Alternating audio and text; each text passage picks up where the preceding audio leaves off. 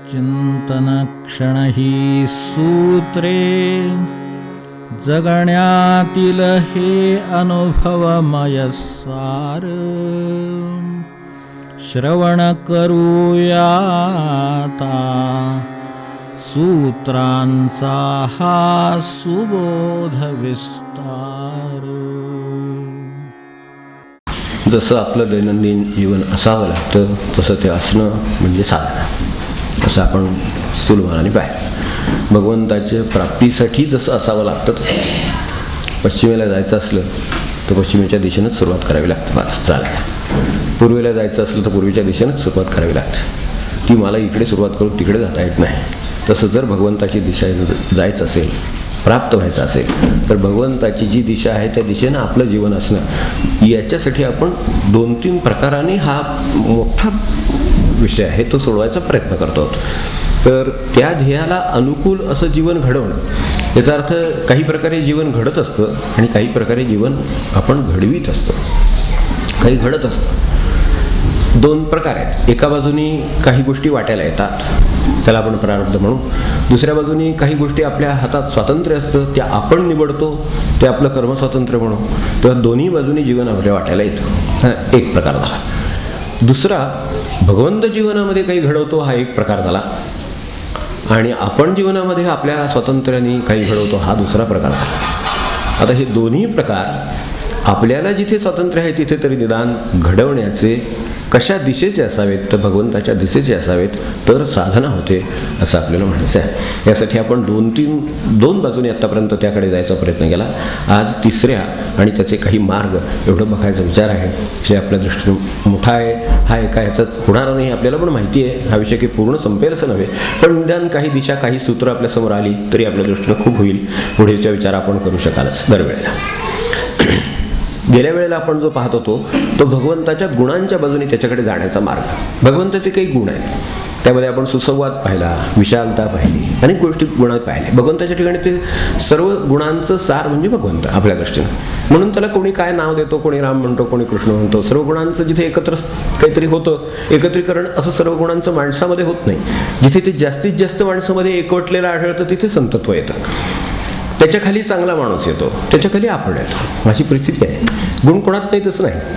अशा अर्थाने गुणहीन माणूस नाही, दुर्गुणी माणूस नाही. फक्त प्रमाण कमी जास्त असतं. ते प्रमाण जसं वाढत जातं तसं सामान्य मनुष्य, त्याच्याही खालचा पशुत्वाचा सारखा असलेला मनुष्य, आणि मग हळूहळू चांगला माणूस, मग अगदी आपण म्हणतो संत, आणि त्याच्या पलीकडे आपल्या दृष्टीनं भगवंत, असं आपण पाहिलं तर हे प्रमाण वाढवलं जातं. त्यातल्या गुणांच्या बाजूने गेल्या वेळेला तसे गुण शिकणं आणि ते आपल्या जीवनामध्ये सारखे कुठेतरी आणायचा प्रयत्न करणं म्हणजे भगवंताच्या ध्येयाच्या प्राप्तीला सुसंवादी जीवन घडणं.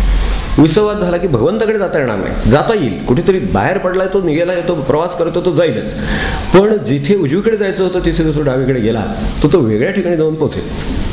स्वराची आळंदी थोडक्यात. तर हे शक्यता आहे. जाणं तर जाणारच होतं, निघालंच आहे म्हटल्यानंतर बाहेर पडणार, पण देवाच्या आळंदीला जाईल का चोराच्या हे सांगता येत नाही. ते त्यांनी सुसंवादी ठेवले का विसंवादी ठेवले याच्यावर अवलंबून आहे. आणि विसंवादी आणि सुसंवादी जीवन आपण कसं ठरवावं यासाठी आणखीन एक सोपा मार्ग गेल्या वेळेला आपण काढायचा प्रयत्न केला, तो गुणांचा होता. तर एक सुसंवाद हा होता. परमेश्वराचा सर्वांशी सुसंवाद आहे. आपला सज्जन दुर्जन वाईट चांगली सगळ्यांशी सुसंवाद आहे. त्या सुसंवादाच्या मार्गाने कोणाशी पटतं, कोणाशी पटत नाही, कोणाला दाद देतो, कोणाला देत नाही, कितीतरी प्रकार माणसाचे आहेत. विसंवाद खूप आहे.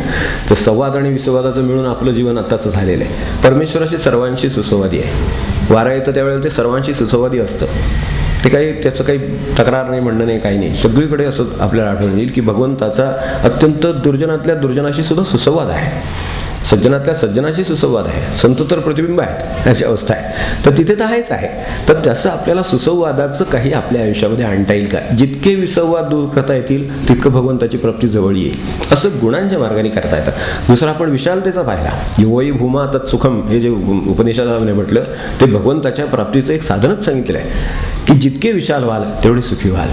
जेवढी संकुचित राहाल तेवढे दुःखी राहाल. हे अगदी सोपं सूत्र आहे. जितका माझ्यापुरता मी विचार करणार तेवढा दुःखी राहणार, जेवढा सगळ्यांचा विचार करणार तेवढा आनंदी राहणार. कारण ते पण माझा विचार आपापच करणार. इतकं साधं गणित त्याच्यामध्ये आहे. ते करत नाहीत असं वाटतं, पण प्रत्यक्षात भगवंताला काळजी असते. तुम्ही तितके विशाल व्हा, भगवंताला त्याची काळजी आहे. कारण ती झळ सोसून दुसऱ्यांचा विचार आहे. तो विशालता ही झळ सोसून आहे, त्यांना बरोबर घेऊन आहे, त्यांच्यासाठी आहे. मग असं कुटुंबात 5 माणसांसाठी जो राहील त्याच्यासाठी कुटुंब राहील. कुटुंब आपाप त्याचा विचार करेल. तो स्वतःसाठी राहील, ते कुटुंब म्हणेल तुझं तू बघ, तुझ्यावर आलेलं आहे तू बघ, असं होईल. पण जर हा दुसऱ्यांसाठी सर्वांसाठी असेल तर ते म्हणेल ठीक आहे, आमचाही भाग आहे, आम्ही काय करायचं ते करतो. जसं नातेवाईकांचं होतं, त्यांचं केलेले ते नातेवाईक येतात त्यासाठी की बाबा काहीतरी करायला पाहिजे आपण पण, अशी मदत होते. हे विशालतेचं झालं. तिसरं आपण पाहत होतो ते सहजतेचं पाहिलं. हे नुसते उल्लेख केले ते आपण सहजता असते. भगवंताची सर्वत्र सहजता आहे, त्याची एक दिशा आहे, त्यानुसार तो काम करतो. तसं सहजतेनं आपल्याकडे काम करणं, याच्यामध्ये 2 गोष्टी आहेत की संकल्पपूर्वक काम करण्याला आपल्याला विरोध नाही आहे. भगवंताचं प्राप्तीसाठी अनुकूल जीवन घडवायचं ना, हा एक संकल्प आहे ना, मग हा संकल्प ठेवून काम करावं लागेल. पण सहजता आपण ठेवावी लागेल कामातली. आता ही सहजता कुठे जाते तर मी यश अपेक्षित करतो, अपयश येतं की सहजता जाते आपली. आपलं ते सगळं बिघडतं त्यावेळेला. अपयश आलं, मनाविरुद्ध घडलं की बिघडतं. मनाविरुद्ध याचा अर्थ तुमच्या मनाविरुद्ध, भगवंताच्या मनाविरुद्ध असं नाही आहे. थोडंसं लक्षात घेतलं पाहिजे. माझ्या मनाविरुद्ध झाले बरोबर आहे, पण भगवंताच्या मनाविरुद्ध झाले की नाही ते कोणी पाहिले, ते कोणी पाहण्याच्या मनस्थितीतच नसतो. तो म्हणतो मनाविरुद्ध झाला घोटाळा झाला सगळं, त्याची रडारड सुरू झाली, गोंधळ माजवला. काही कार्य रामाची इच्छा असली तर, अशी समजा महाराजांची इच्छा असली तर, अशी भगवंताची इच्छा असली तर, हा विचार जर डोक्यामध्ये आला तर याच्या ठिकाणी जी सहजता आहे ती जी जाते ती जाणार नाही. ते काय होतं ह्याच्याशी काही संबंध नाही. तशी यशापयशना ह्याच्यामध्ये येते. आजारपणं वाट्याला आली, आपल्या वाट्याला आजारपण आली, काही कर्म आपलं असेल नाही असं मी म्हणत नाही, पण बाकीची जी आलेली असतील जर समजा वाट्याला आली असतील तर त्यातही सहजतेनं राहता येतं, विसंवादानंही राहता येतं, त्रागा करूनही राहता येतं, आनंदाने स्वस्ता पण येतं. महाराजांची इच्छा आहे म्हणून आलंय म्हणून स्वस्तो असे लोक आहेत. आणि हे आता माझ्या वाट्याला का आलं म्हणणारे पण लोक आहेत. आपण कसं सुसंवादी राहायचं आणि सहज राहायचं हे आपण ठरवावं. ते सहजतेनं आलेले सहज जातं, त्याच्या पद्धतीनं गोष्टी येतात, त्याच्या पद्धतीनं जातात. मग आनंदावर परिणाम होत नाही. या दृष्टीनं आपलं तसं होत नाही. भगवंताचं कसं आहे, आपल्या काही स्वतंत्र संकल्प असतात, स्वतंत्र इच्छा असतात, त्यामुळे घोटाळा होतो. भगवंत प्राप्तीची इच्छे व्यतिरिक्त ज्या इच्छा आहेत ना, त्या माझ्या देहाच्या सुखाच्या इच्छा असतात, माझ्या स्वतःच्या वेगवेगळ्या प्रकारच्या प्लान्स आहेत ते, जे भगवंताच्या विरोधात आहेत. म्हणून महाराज म्हणाले वासना म्हणजे भगवंताच्या विरुद्ध आपली इच्छा. ते खरं आहे, तिची सोपी व्याख्या ही अगदी लक्षात ठेवण्यासारखी आहे. भगवंत गुण देतो, वापरण्यासाठी देतो. भगवंत कान देतो, ऐकण्यासाठी देतो. भगवंताने कान ऐकण्यासाठी दिले, पण हा म्हणतो मी गाणं म्हणतो. भगवंताने कान दिलाय पण गळा दिला नाही. घसा नाही म्हणत आम्ही, घसे सगळ्याने गळा म्हणतो. भगवंतानी गुण दिलेलेच आहेत ना. मग भगवंतानी जर कानाचा गुण दिलाय, ऐकण्याचा गुण दिलाय तर ऐकावं. श्रवणाच्या मार्गाने मुक्त होऊन जाईल. असं कुठं आहे की गाण्याने मुक्त होणार आहे म्हणून, श्रवणाच्या मार्गाने सुद्धा मुक्त होणार आहे. म्हणून ते 4 ऋषी वगैरे ते आता जात नाही पण ती जी भगवंताची आहेत ते एकमेकांना भागवत सांगत असतात, एकमेकांना सगळे सांगत असतात. तर ते भगवंताचे अंशच आहेत, त्यामुळे तिथं ते शक्य आहे. इथं तसं शक्य असेलच असं नाही. म्हणून भगवंतानी काहींना गळा दिला, काहींना श्रवणाचा कान दिला. मग कानाने श्रवण करून तो मुक्त होऊन जाईल आणि कदाचित गळा दिला तर गाऊन मुक्त होईल. पण ह्याच्यात विसंवाद इथे होतो की ज्याला ऐकायचा कान दिलेला आहे तो गायचा गळा मिळाल्यासारखा गातो, त्याला काय करायचं हो की नाही. आमच्यासारखं आहे तर त्याला काय करणार, तसं करू नये. तर ते असेल तर तसं करावं. इथे मग विसंवाद आला की मग त्रास होतो. कारण तुम्ही गाणार असला तरी ऐकणारा थांबणारच ना, त्याला काय करणार. असं आहे सगळं. तेव्हा मंदिर तो शेजारी देतो आणि आपण दर्शनाला जातो 2 मैल लांब, त्याला काय करायचं. मग असं सगळं आपलं चालू आहे. तर आपले स्वतःचे हे प्लॅन आणि भगवंतानी दिलेल्या गोष्टी याचं आकलन चांगलं व्हावं.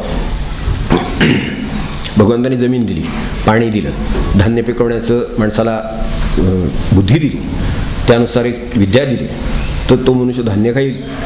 खरं म्हणजे अशी अपेक्षा आहे भगवंताची.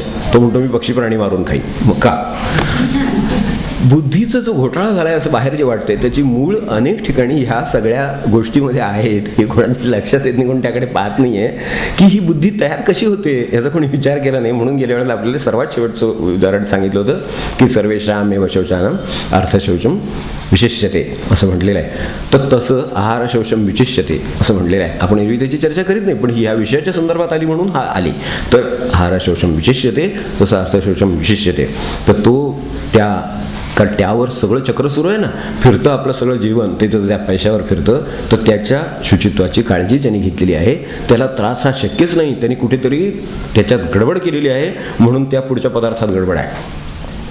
त्या भांडं धुतलेलं नाही आहे, स्वच्छ नाही आहे, पाणी गढूळ आहे, मग म्हणून स्वयंपाकात काहीतरी आले आणि मग आता ते पोटात गेले आणि मग त्याचा त्रास होतोय. दुसरं काही नाही. पोट बिघडायचं कारण भांडं स्वच्छ नाही घेतलं आणि घेतलेलं पाणी आपण घेतलं ते शुद्ध नाही घेतलं म्हणून स्वयंपाकाचा घोटाळा झाला. तर तसं झालेलं आहे म्हणून पुढे पोटाचा घोटाळा झाला आहे. असं झालं आहे, बुद्धीचा घोटाळा असा झालेला आहे. सर्वात सूक्ष्म अंश बुद्धीपर्यंत जातो. आपल्या अन्नामध्ये असलेल्या गोष्टीतला सर्वात सूक्ष्म अंश ह्याच्यापर्यंत जातो, बुद्धीपर्यंत जातो. म्हणून बुद्धी बिघडली आणि ती माणसाला सुधारता येत नाही. असं जे आज सगळा बुद्धीचा प्रश्न झाला आहे म्हणजे तो कशाप्रमाणे हो, अप्पलपोटी माणसं दिसतात, स्वतःपुरती बघणारी माणसं दिसतात, दुर्बुद्धी दिसतात, किती गोष्टी यादीच्या यादी आहे. चंगळवाद दिसतो, चैन दिसते, सगळं दिसतं, माणूस नको असं वाटतं, कृतज्ञता जीवनात दिसते. हे सगळीकडे घरोघरी दिसतं. याचं सगळ्याचं कारण कुठून गेलं असेल तर भगवंतांनी जी सहजता साध्या त्या अन्नामध्ये दिली ती सुद्धा आम्ही पाळायला तयार नाही, अशी परिस्थिती आहे. म्हणून हे गेलं. एवढं लक्षात ठेवलं तर आपल्याला भगवंताकडे जायला कोणते गुण उपयोगी पडतील ते कळेल. संतुलन हा भगवंताचा मोठा गुण आहे. तो जसा जन्म देतो तसा विनाशही देतो.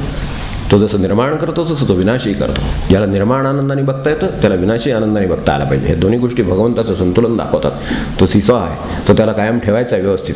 त्यासाठी तो इकडच्या पारड्यात जसं पडतंय तसं तिकडच्या पारड्यातलं काढून घेतोय. ही त्याची विद्या आहे, हे त्याचं आणि काम आहे ते त्याचं. नसेल तर घोटाळा होईल. या जगामध्ये हे सगळं निर्माण करणं हा साध्या सृष्टीचक्रामध्ये सुद्धा गेल्या वेळा आपण म्हणलं तर पानं गळतात आणि नवीन पानं येतात. हे त्याचं काम आहे. पहिली पानं नाही गळली तर नवीन पानं येऊ शकणार नाहीत, ही तितकंच आहे. आणि पहिली पानं जिथे गळलेली तिथे नवीन पानं येतात, हा सृष्टीचा सिद्धांत आहे. त्याप्रमाणे चाललेलं आहे सगळं. सगळं व्यवस्थित आहे. काय व्यवस्थित नसेल तर आपणच नाही खरं सांगायचं तर आपण म्हणजे तुम्ही नव्हे, आपण मी तर नाही हवं. परिस्थितीशी जुळवून घ्यायचं जे आहे ना त्यामध्ये संतुलन एक लक्षात घेतलं भगवंताचं तरी कितीतरी काम होतं. तर त्यामध्ये आता भगवंत कसं संतुलन कसं आहे. आपण आता विष्णू सहस्रनाम वगैरे वाचता, भयकृत आणि भयनाशन दोन्ही आहेत ना. भयकृतची पण गरज आहे आणि भयनाशनाची गरज आहे. आम्हाला फक्त भयनाशन भगवंत हवा आहे, भयकृत करणारा नको आहे. भय दाखवणारा भगवंत नको आहे कोणाला. आमचं भय नष्ट करणारा हवा आहे. म्हणजे काय, आमचं संरक्षण फक्त करणारा हवा आहे. आणि आमचं चुकलं तर कोणी मारायचं, भगवंताने. त्यासाठी तो भयकृत पण आहे. म्हणून वाईटाचं भय आहे, चांगल्यात निर्भय आहे. हे दोन्ही भगवंताचे गुणच आहेत. तेव्हा ते दोन्ही त्याच्याकडे आहेत. म्हणूनच आज आपल्याला काहीतरी भगवंताच्याकडे जायची वाट आहे. ते त्याचे गुण जरी पाहिले तरी सौजन्य जे आहे, संतुलन जे आहे ते आपल्या लक्षात येईल. तर साधा आपल्या बाहेर जमिनीत पीक येतं, भगवंत कसा किती विशेषण त्या ह्याच्यामध्ये नावं तर विष्णू सहस्रनामच आहे ते, पण त्याच्यामध्ये ह्या प्रत्येक ह्याच्यामध्ये असं बॅलन्सिंग आहे काहीतरी. भयकृत भयनाशन आपल्याला एकच त्यातलं कुठलं तरी हवंसं वाटतं. तसं आता जमीन आहे, एक समजा बीज आहे तर ते यायचं आहे, समजा जमिनीतून पिकून यायचं आहे. तर जमीनला ओल लागते की नाही, लागते. पण ती कोरडी पण लागते की नाही, तर लागते. असं भगवंताचं काम आहे. भगवंत जमीन ओली पण ठेवतो आणि कोरडी पण करतो.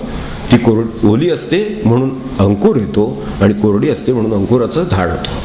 हे दोन्ही गोष्टी भगवंत करतो. तो ओली पण ठेवतो आणि कोरडी पण ठेवतो. पण माझं तसं नाही आहे. आता हेच जर समजा उलटं झालं तर ह्याच्यातलं ही ओल आहे, ही अंकुर फुटायला उपयोगी पडली, आपण लावतो पाणी घालतो, अंकुर फुटण्यासाठी आहे सगळं ते. मग ते जर पाणी घालता ते जर जास्त झालं तर कुसतं. त्या बीजाचा किंवा अंकुराचा नाश होतो. मग आपल्या जीवनामध्ये सुद्धा काही वेळेला असं होणार, काही वेळेला तसं होणार. हे जे होणार हे भगवंताची याच्यात काहीतरी इच्छा असली पाहिजे. तो प्रत्येक वेळेला ओल निर्माण करतो त्यावेळेला एक पाऊल पुढे टाकतो आणि तो ज्या वेळेला कोरडी जमीन करतो त्यावेळेला दुसरं पाऊल पुढे टाकतो. तेव्हा झाड येतं, तेव्हा अंकुर येतात, तेव्हा आपल्याकडे पालवी फुटलेली किंवा काय ती आलेली रोपं दिसतात. ही रोपं येतात, याचाच अर्थ ते असं ओल आणि कोरडं ह्याचं दोन्हीचं मिळून मिश्रण आहे. तर आपल्या वाट्याला सुख आणि दुःख याचे मिश्रण अशीच येतात. ती तशा तऱ्हेची आहेत. म्हणूनच मनुष्य एक एक पाऊल पुढे जातो. दुःखात 2 पाऊल पुढे जातो मनुष्य. सुखात एक वेळ रमून राहील पण दुःखात 2 पावलं पुढे जातो भगवंताकडे. आणि बरेचसे दुःखापोटीच भगवंताकडे जातो. सुखापोटी भगवंताकडे गेलेले, अरे बाबा मला एवढंही दिलंच म्हणून जाणारे नाही, मला हे का नाही दिलंच म्हणून जाणारे जास्त आहेत देवळामध्ये. हो की नाही? आपण बघा ना, मग खरं दुःखातच 2 पावलं पुढे जातो आणि सुखात 1 पाऊल पुढे जातो. तर भगवंत तर संतुलनच करतोय. त्यामुळे हे सगळं आपण लक्षात ठेवावं. आता तिथे ओलच असावी असं ज्याला वाटतं तो मायेत अडकला म्हणायचा. ती भगवंताच्या आड येणारी मोठी विद्या आहे, तर ती मायेत अडकणं आहे. कारण ते ओलं आहे, ते बरं आहे असं वाटतं. तर ओल जर जमिनीत राहिली तर ती कुजेल, ती बीजसुद्धा कुजेल किंवा ते अंकुरी कुजेल, हे लक्षात येत नाही. तर त्याच्यासाठी कडक उन्हाची गरज आहे, ती कोरडी पण भूमी होण्याची गरज आहे. असं सगळं भगवंताचं काम चालू आहे. हे सगळ्याला आपण जे काम करतो त्या सगळ्याला लागू आहे. आता याच्याकडे ही जी ओल असावी, कोरडं असलं तर कोरडं असावं, म्हणजे जे माझ्या देहाला, मला स्वतःला आत, देहाचं सुद्धा एक वेळ बरं पण मनाचं फार कठीण काम, त्याला जे अनुकूल आहे ते कोरडं आहे का ओलं आहे मला माहीत नाही, पण ते जे आहे ते टिकावं असं वाटतं. ही माया ती असं म्हणते की जे आहे ते माझं तशा पद्धतीचं टिकावं. भगवंत तसं म्हणत नाही.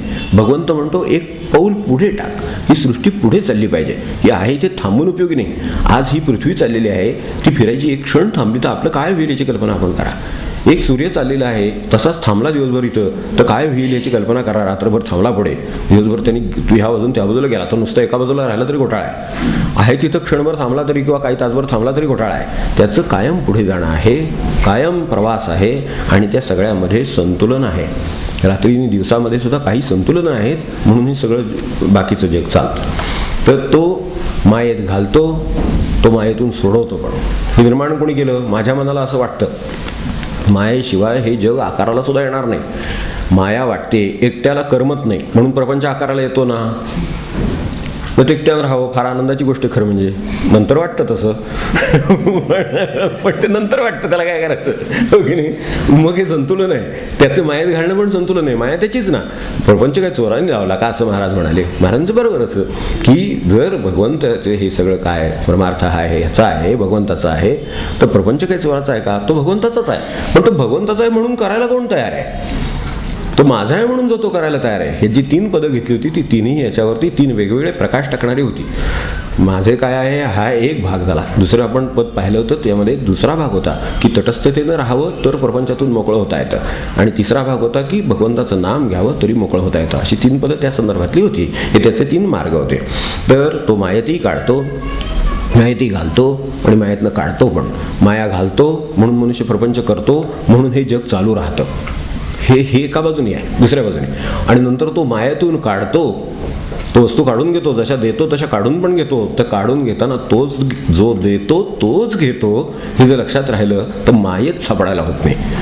मायेचं काम पण होतं आणि भगवंताकडचा प्रवास पण सुरू राहतो.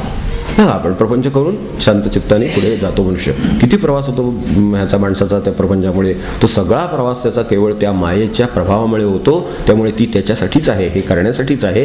पण तिच्यात अडकला की तो सोडायला तयार होत नाही. काही घर सोडायला तयार नाही, स्टेट सोडायला तयार नाही, माणसं सोडायला तयार नाही, ती प्रतिष्ठा सोडायला तयार नाही. ती मायाच त्यांनी दिलेली आहे, ती खरं त्यांनी दिलेली आहे. तो जर आता नेतो आहे तर त्याला आनंदाने नाही म्हणावं. तो मला सुद्धा चला म्हणतो, अशी परिस्थिती आहे की नाही.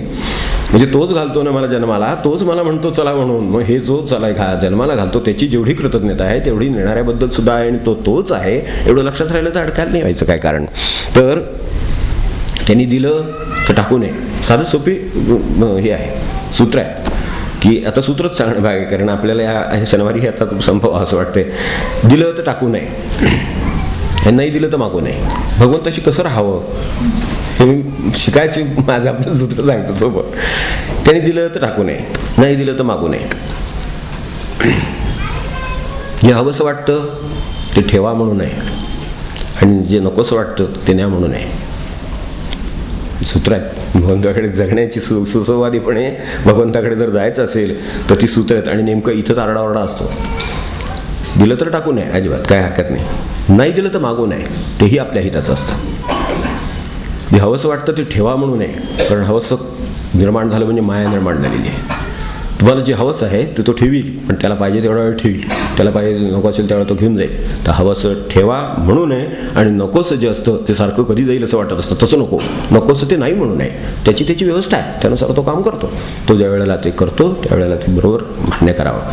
तेव्हा भगवंताच्या संकल्पाने आणखीन पुढचं सूत्र आता सांगतो. 2-3 सूत्र अजून आहे, तेवढी सांगतो आणि थांबतो.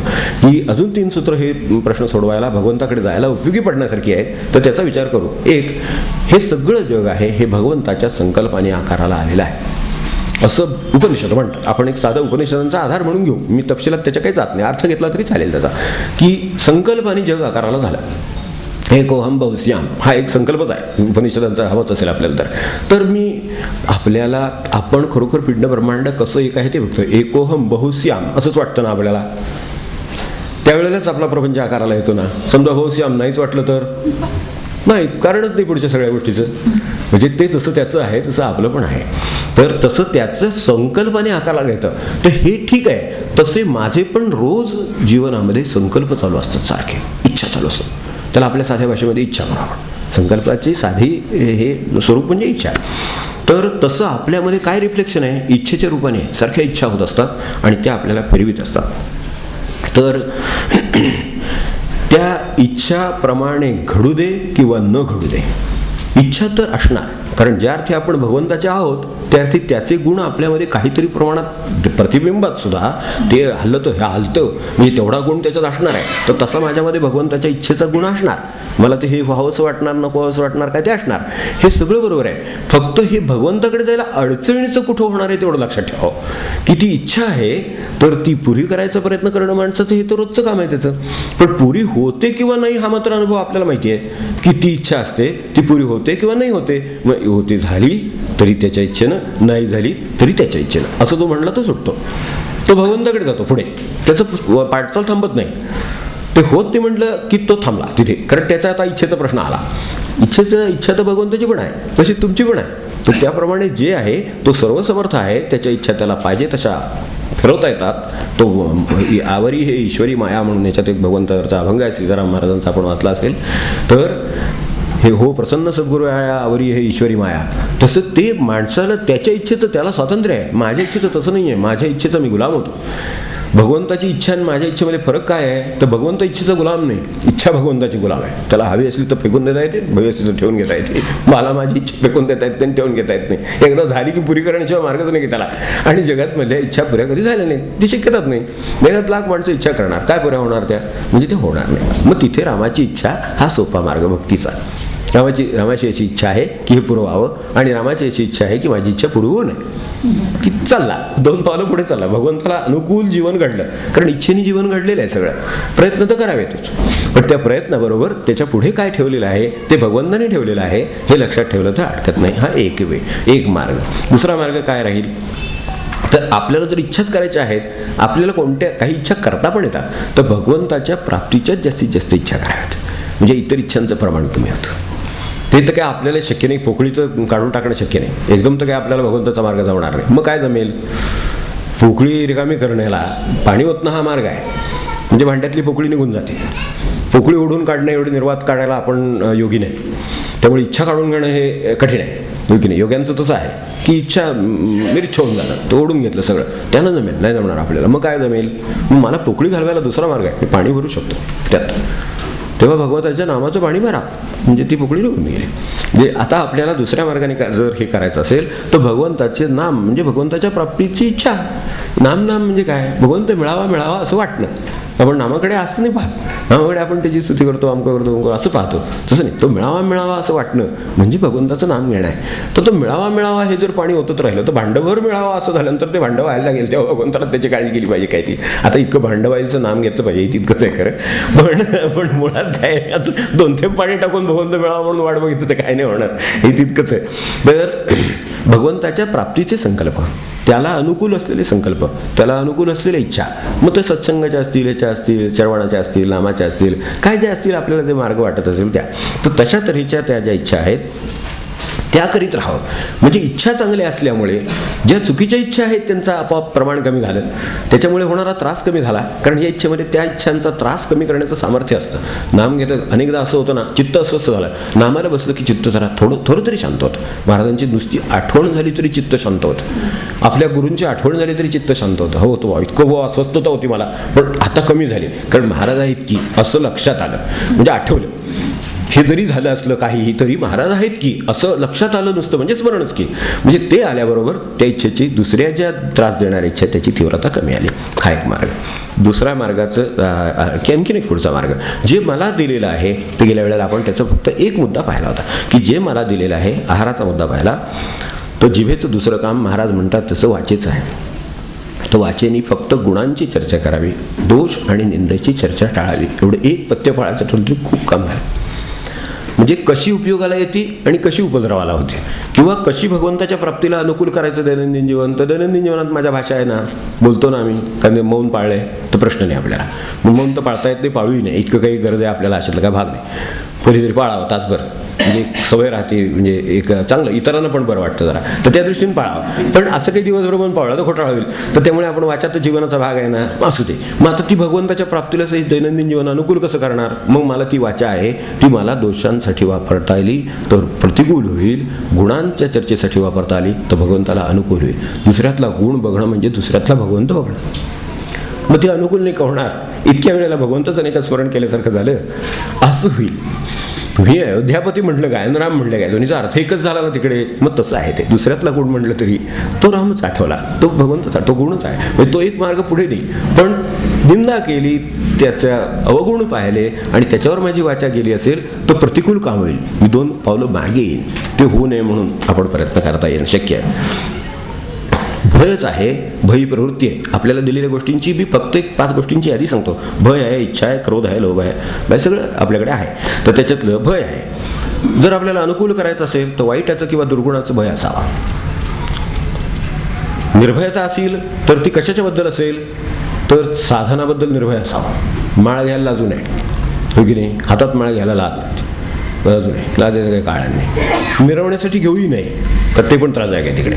तर त्यामुळे निर्भयता त्यासाठी असावी. भगवंतासमोर बसायला लाजू नये, भगवंतासमोर नम्र असायला लाजू नये, भगवंताला नमस्कार करायला लाजू नये. म्हणजे तिथे ती निर्भयता मला हवी आहे. इथे नको आहे, तिथे नको आहे, हवी आहे तिथे हवी आहे. इच्छेचं आहे, आत्ता आपण पाहिलं तसं. क्रोधाचं आहे, क्रोधाला सुद्धा कसा क्रोध अनुकूल असतो. भगवंताच्या प्राप्तीसाठी क्रोध अनुकूल आहे. विकार सुद्धा परमेश्वरांनी दिले, हे लक्षात ठेवा. विकार सुद्धा परमेश्वरांनी दिले. पण क्रोध कशासाठी, सगळ्यांना त्रास देण्यासाठी आहे का. मला क्रोध काय येतो ह्याचा क्रोध यावा असं महाराज म्हणले होते एकदा. हे मात्र ह्याच्यावर रागावलं तर आता परत नष्ट झाली, काटेल काटा गेला, चला असा मार्ग आहे हा. तर तसं भगवंताची प्राप्तीची किंवा ही जी साधन आहेत, उदाहरणार्थ सत्संग आहे, नाम आहे, श्रवण आहे, याच्या आड आपल्या या विकारांच्याच यादी आहे. ती आड काय येते याचा राग आला तर एक वेळ चालेल. मला जावंसं वाटतं पण जाता येत नाही, करावंसं वाटतं पण करता येत नाही, नाम घ्यावंसं वाटतं पण बैठक होत नाही. बैठक म्हणजे नुसती फौजी पेल बैठक म्हणत नाही मी, मनाने ती मला करता येत नाही याचा राग आला तर अर्ध्या तासाचं नाम 1 तास होण्याची शक्यता आहे. वाचन होत नाही ते जास्त व्हावं असा ह्याचा राग आला, कमी कसं होतं आणि बाकीच्या गोष्टी मला जास्त कशा जमतात ह्याचा राग आला तर जास्त होण्याची शक्यता आहे. तर हे क्रोधाचं झालं. लोभाच्या बाबतीत संत दर्शनाचा, सद्ग्रंथाचा, ज्ञानेश्वरीचा. एकाला मी ज्ञानेश्वरीची एक दुर्मिळ परत आता आठवलं म्हणून सांगतो जाता जाता, दुर्मिळ परत त्यांच्याकडे होती. मला थोडंसं संदर्भासाठी ह्याची विचारायची होती किंवा मला जरा थोडं अभ्यासासाठी लागणार होती. तर मी त्यांना सहज म्हटलं बा आता शेवटी त्यांचा ग्रंथ आहे, आपल्याकडे काही तो नाही दुर्मिळ आहे, तर मिळेल का. हो मिळेल मिळेल, आम्हाला काय लागत नाही, तुम्ही घेऊन जा, किती बेस्ट. आता लोभाचं सांगतो तुम्हाला कशी गंमत आहे ती. सद्ग्रंथाचा, दर्शनाचा, याचा, सत्संगाचा हा लोभ बाळगा. लोभ आहे, भगवंताच्या प्राप्तीसाठी चालू शकतो, पण तो जर असा वापरला तर चालतो, नाहीतर बाकीचे लोभ कोर्टात नेतात. बाकी सांगत नाही. आता तिसरा मार्ग सांगतो आणि मग थांबतो. तिसरा मार्ग हा भगवंत दूर कशानं जातो आणि प्राप्तीच्या विरुद्ध काय काय येतं याची यादी आहे. ती फक्त यादी सांगतो आणि अनुकूल कशानं होतो त्याची यादी सांगतो. ना यादी विवरण काही करीत नाही वेळाभावी. 1 अनिच्छा. भगवंत दूर कशानं जातो, खरी इच्छा नाही म्हणून जातो. आपल्या जर खरीच इच्छा असेल ना तर नक्की होईल, त्यामुळे विवरणात जात नाही. पण अनिच्छेनं दूर जातो, विपरीत इच्छेनं दूर जातो, चुकीच्या इच्छेने दूर जातो, असमतोलाने दूर जातो, मग अशी म्हटलं तर विसंवादाने दूर जातो, असहजतेनं दूर जातो, अपेक्षाने दूर जातो, असमंजसपणा करण्याने दूर जातो. मनुष्याच्या परिस्थितीमध्ये समंजस माणूस घरामध्ये आपल्याला सुखाचा होतो का दुःखाचा होतो आपण सांगा. पण असमंजस माणूस कसा होतो ते आपण सांगा. म्हणजे असमंजसपणाने भगवंत दूर जातो किंवा तो प्राप्तीपासून जीवन दूर जातं. अतिप्रपंचाने जातं, बेसावत्याने जातं, आळसाने जातं. 10 दुर्गुणांची यादी आहे जे भगवंताच्या प्राप्तीला आपल्याला आड येतात किंवा त्याच्याकडे जीवन घडवायला, त्याच्याकडे जायला जे जीवन घडवायला पाहिजे त्याच्या आड येतात. हे 10 आणि तसेच 10 जे अनुकूल करतात ते आहेत. त्यामध्ये आपले भगवंत प्राप्तीचे प्रयत्न, त्यातलं सातत्य, त्यामधली नम्रता, त्यामध्ये मार्गदर्शन, त्यात दिशा, त्यात दुरुस्त्या, आवश्यक तडजोड. वेळेला तडजोडसुद्धा करून मनुष्य पुढे जातो. तडजोड असेल तर मनुष्य पुढे जाईल. आज जीवन तडजोडीनेच चाललेलं आहे. तर त्यामुळे परमार्थाच्या भगवंताकडे जाण्याच्या बाबतीत सुद्धा तडजोडीची गरज लागेल. प्रवचन ठीक आहे, सकाळी नाही वाचायला झालं तर संध्याकाळी वाचणं ही तडजोड आहे. रात्री नाही जमलं तर सकाळी वाचून घेणं तडजोडच आहे. पण न वाचणं हे काय आहे ते आपण ठरवा. तर वेळ झाली म्हणणं हे काय आहे ते आपण ठरवू शकतो. तर ते नंतर समजूत जेवढी चांगली राहील, समंजसता जेवढी चांगली राहील, ते अंडरस्टँडिंग म्हणतात त्याला ते. तर ती अंडरस्टँडिंग जेवढं चांगलं राहील तेवढं भगवंताजवळ जाता येईल. कारण भगवंताचं खरं स्वरूप कळेल, खरे मार्ग कळतील, खरे माणसं कळतील, खरी साधनं कळतील. ह्या सगळ्यासाठी समजूत किंवा अंडरस्टँडिंग गरज, अनुसंधान, सातत्याने त्याचं स्मरण आणि तादात्म्य, ह्या सगळ्या गोष्टी 10 गोष्टी आहेत, ह्या उपयोगी पडतात. आता सारांशाने फक्त एक सांगतो की आपलं जीवन भगवंताच्या प्राप्तीला जर अनुकूल घडवण्याचे हे सगळे प्रयत्न चालत असतील तर साधना वेगळी करावी लागत नाही आणि भगवंतही प्राप्त झाल्याशिवाय राहत नाही. एवढं नरतनु गेल्यावर ते मनुजा, नरतनु गेल्यावर ते मनुजा, करसिल मग काही मनुजा, करसिल मग काही मनुजा, हरीचे गुण गाई मनुजा, हरीचे गुण गाई मनुजा, नरतनु गेल्यावर ते मनुजा, नरतनु गेल्यावर ते मनुजा, करसिल मग काही मनुजा, करसिल मग काही मनुजा, हरीचे गुण गाई मनुजा, हरीचे गुण गाई हस्तपाद कर्णादिक इंद्रिय सावध जवकाई, हस्तपाद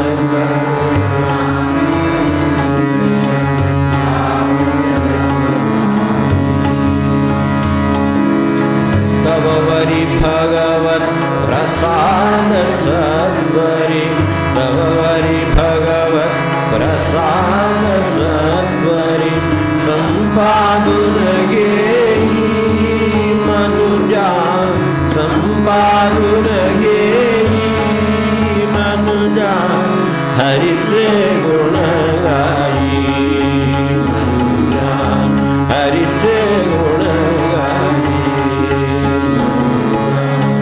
वाणीचा व्यापार निरंतर सारा विषयी, वाणीचा व्यापार निरंतर सारा विषयी,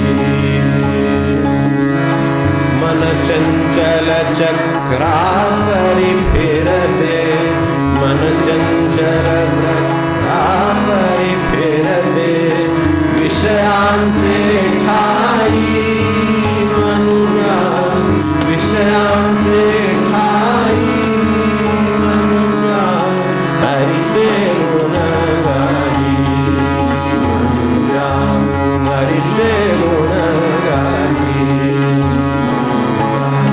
श्री हरि प्राप्ती साठी शरण संता दे गाई, श्री हरि प्राप्ती